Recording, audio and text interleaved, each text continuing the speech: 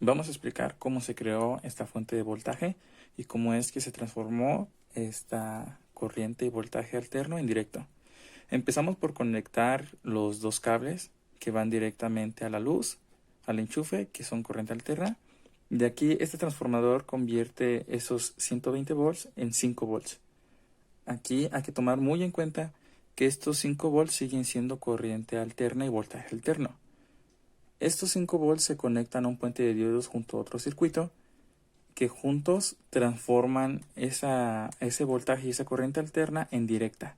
Sigue arrojando 5 volts, pero con la diferencia de que es directa. Para comprobarlo, vamos a poner nuestro multímetro en voltaje de corriente alterna y vamos a medir cuando sale del transformador. Aquí podemos ver que sí nos arroja casi 6 volts y sigue siendo corriente o voltaje alterno. Ahora vamos a medirlo con el circuito. Después de que ya es transformado en directa, cambiamos nuestro multímetro a voltaje directo y vamos a medir a la salida del circuito. Nos debe de dar 5 volts. Como podemos ver, efectivamente nos da 5 volts.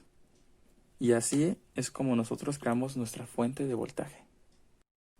Realizando la práctica 1 nos menciona que debemos de usar o crear un circuito en RC, el cual consta de la fuente que nosotros ya creamos, que está conectada aquí y es conectada a este circuito. Este circuito está en serie. Nos menciona que el circuito, al ser conectado por un switch, que de esta manera es un cable, el capacitor al recibir voltaje directo se va a llenar, lo que va a hacer que impida el paso de corriente y va a hacer que el LED se apague. Veremos a continuación si se cumple esta práctica. Como podemos observar, el LED empieza a apagarse cuando el capacitor se empieza a llenar. Descargando el capacitor y creando el mismo circuito, pero ahora lo alimentaremos con corriente alterna y voltaje alterno, veremos qué acción debe de tener. Se supone que debe de crear la misma situación, pero la diferencia es que ahora el LED estará más tiempo prendido.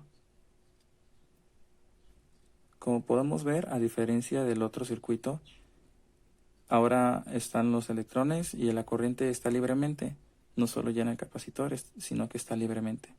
Al llenarse el capacitor, aún así impedirá el paso de la corriente sobre el LED, pero podemos ver que dura más.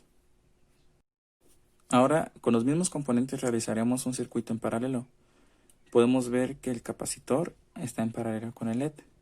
Nos menciona que este circuito, al conectar lo que es el voltaje directo al capacitor y al LED, debe ser contrario a lo que fue en serie. El LED debe de permanecer en todo el tiempo prendido. Como podemos ver, que aunque el capacitor se llene, el LED sigue estando prendido.